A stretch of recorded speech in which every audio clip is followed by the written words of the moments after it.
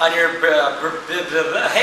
your beginner Brazilian Jiu-Jitsu technique course. All right, sorry, I'm switching on. We're gonna get going. But today we're gonna teach you triangle choke, which is a real common choke that you see in UFC, you see in MMA, Jiu-Jitsu, and it's a really technical choke. There's a lot of steps to it, so don't stress out if you're kind of lost. You can always rewind the DVD or the video and watch it a few times. And then my little disclaimer: don't try this at home.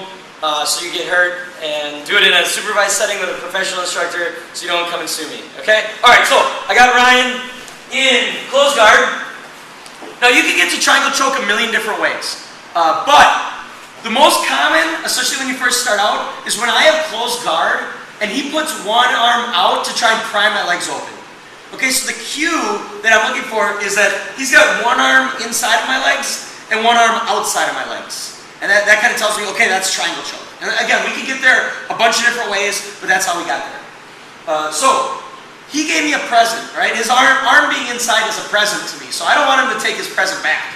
So I need to take my arm, I go over the top and grab his tricep. And I pinch down so that he can't run away and pull his arm out. My other hand is going to come up and grab his collar.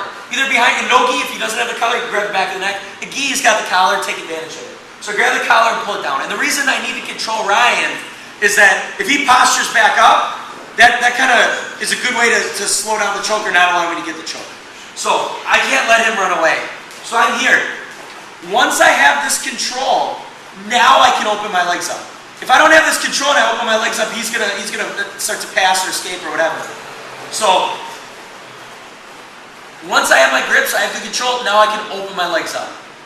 Now, whatever arm is wrapping, let's turn so you can see this. Whatever arm is wrapping, I'm pointing at that leg that needs to slide down to his hip. Okay, so I'm here, I'm controlling him. I open up my guard. I'm not all loose with my guard, I keep my knees pinched.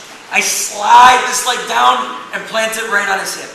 Okay, if you got monster, long, gangly legs, you can put it on the ground, but most people it's easier to put on the hip.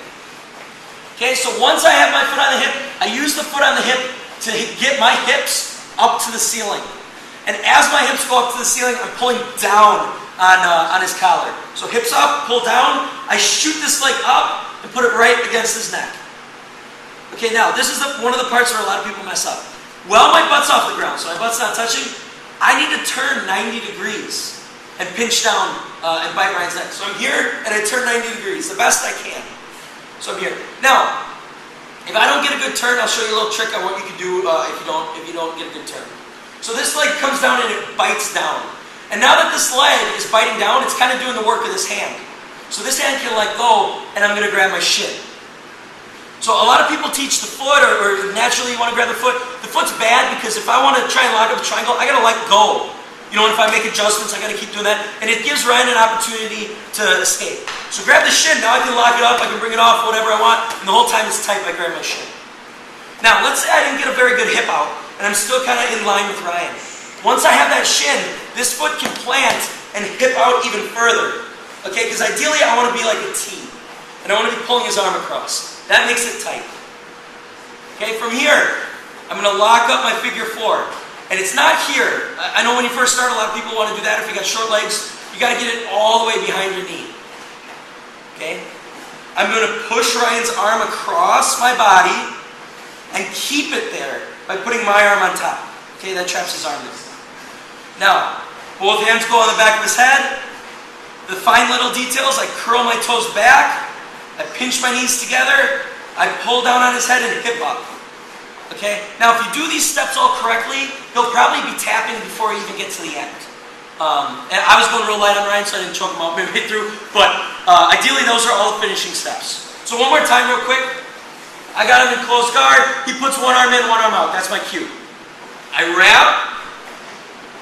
Get the collar. Some people teach to go across. Whatever your preference is. Get the collar. Keep him where he's at.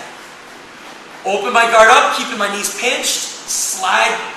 I'm pointing at the side that goes on the hip. Hip up, shoot the leg up next to his head. While I'm up, turn 90 degrees and bite down with that leg. Let go, grab the shin, not the foot, the shin. If you have to, you can hip out a little more. Lock it up, all the way to the knee. Push the arm behind the head. Keep it there by putting your arm over. Both hands on the back of the head. Curl your toes back. Pinch your knees together. Pull down and hip up. Okay? So, I know there's a lot of technical steps to that.